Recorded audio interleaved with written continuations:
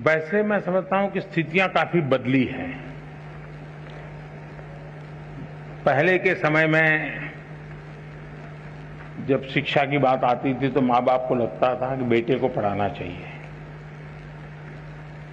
अपने लिमिटेड संसाधन से भी उनको लगता था कि इतने ही स्थिति है, चलो बच्चा पढ़ेगा तो कुछ कमाएगा।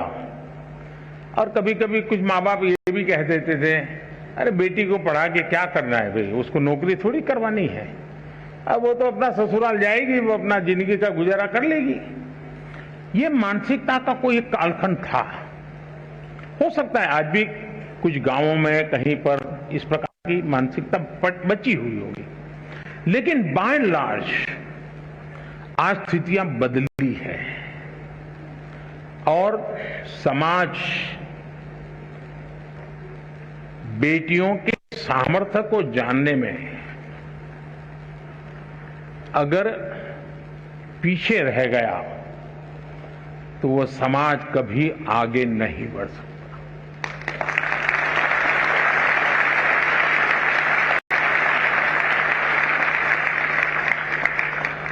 कभी कभी तो आपने ऐसे परिवार देखे होंगे जहां पर ये कहते होंगे भाई बेटा तो होना ही चाहिए ताकि बुढ़ापे में काम आएगा, बेटी तो क्या है, वो तो ससुराल चली जाएगी, वो क्या काम की। ऐसी भी एक सोच हमारे समाज में है और कभी तो थी। लेकिन इतिहास अनुभव करता है और मैं इन चीजों को बड़ी बारीकी से देखता हूं। मैंने ऐसी कई बेटियां देखी हैं जिन्होंने मां बाप की इकलौती बेटी, मां बाप के सुख और उनकी बुढ़ापे की चिंता के लिए खुद ने शादी नहीं की और मां बाप की सेवा में जिंदगी खपा दी, जो बेटा नहीं कर सकता, ये बेटियों ने किया है। और मैंने ऐसे भी परिवार देखे हैं कि घर में 4 बेटे हैं, 4 बेटों को 4 बंगला है, सुख चैन की जिंदगी है, दुख कभी देखा नहीं है, लेकिन मां बाप वृद्धाश्रम में जिंदगी गुजार रहे हैं। ऐसे भी बेटे मैंने देखे। इसलिए पहली बात है, समाज के अंदर बेटे बेटी एक समान, कोई भेदभाव नहीं, ये आज के युग की अनिवार्यता है और हर युग की अनिवार्यता है। और भारत में कुछ विकृतियां आई हैं, आने के कुछ कारण रहे होंगे, लेकिन ये देश गर्व कर सकता है। अगर गवर्नेंस की बात याद करें तो किसी जमाने में अहल्या देवी का नाम आता था बेस्ट गवर्नेंस के रूप में। कभी वीरता की बात आए तो रानी की झांसी लक्ष्मीबाई का नाम आता था वीरता के लिए। बेटियां ही तो थी। यानी कोई युग ऐसा नहीं होगा। और हमारे यहां तो विदुषी, ज्ञान का भंडार बेटियों ने करके दिखाया है। तो पहले तो हमारी अपनी मानसिकता, दूसरा आज स्थिति बदली हुई है। आज तो आप देखेंगे नए जो बच्चे स्कूल आते हैं ना, तो बेटों से ज्यादा बेटियों की संख्या होती है, ये हिसाब आ रहा है। आज जो बेटियों के एस्पिरेशंस हैं, आकांक्षाएं हैं, वो कुछ कर गुजरने का जो जज्बा है, शायद कोई भी हिंदुस्तानी गर्व करे ऐसा है। और उसको हमने अवसर देना चाहिए और अवसर हमने इंस्टीट्यूशनलाइज करना चाहिए। कोई एक परिवार अपने तरीके से कर ले ऐसा नहीं। जैसे आपने देखा होगा खेलकूद में, आज खेलकूद में किसी भी स्तर का खेल चलता होगा, भारत की बेटियां हर जगह पे कहीं न कहीं अपना नाम रोशन कर रही है। विज्ञान का क्षेत्र देखिए, इतने बड़े बड़े अचीवमेंट विज्ञान के आते हैं, तो देखोगे तो उसमें आधे से अधिक तो हमारी बेटियों ने कुछ न कुछ पराक्रम होता है विज्ञान के क्षेत्र में।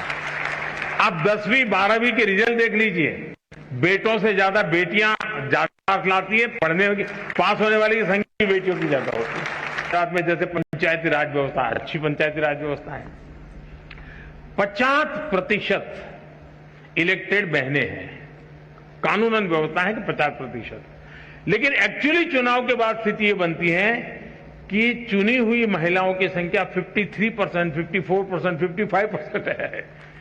यानी वो अपने रिजर्व सीट से तो जीती है, लेकिन वो सामान्य सीट से भी जीत करके 55% तक कभी कभी जाता है और पुरुष 45% पे आ जाते हैं। इसका मतलब समाज का भी माताओं बहनों पर विश्वास बढ़ा है, तभी तो जाकर के वो जनप्रतिनिधि बनकर के आते हैं।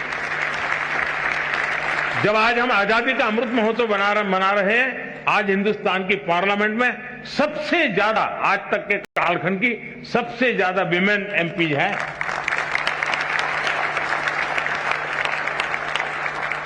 और गांव में भी देखा जा रहा है कि जो पढ़ी लिखी बेटियां हैं उनको लोग ज्यादा चुनना पसंद करते हैं। भले वो 5वीं हैं तो 7वीं वाली बच्ची को, बहन को चुनाव में जीतने के पसंद, 7 के सामने कोई 11वीं वाली है तो उसको पसंद करेंगे। यानी समाज में भी शिक्षा के प्रति सम्मान का भाव हर स्तर पर नजर आ रहा है। आज आप एजुकेशन फील्ड देख लीजिए, शायद कभी न कभी तो पुरुषों की तरफ से मांग आने की संभावना है।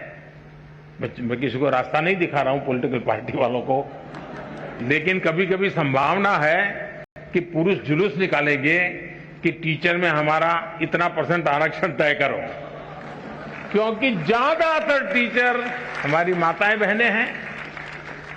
उसी प्रकार से नर्सिंग में ज्यादातर जो सेवा भाव, मातृभाव होता है, वो आज नर्सिंग के क्षेत्र में भारत का गौरव बढ़ा रहा है।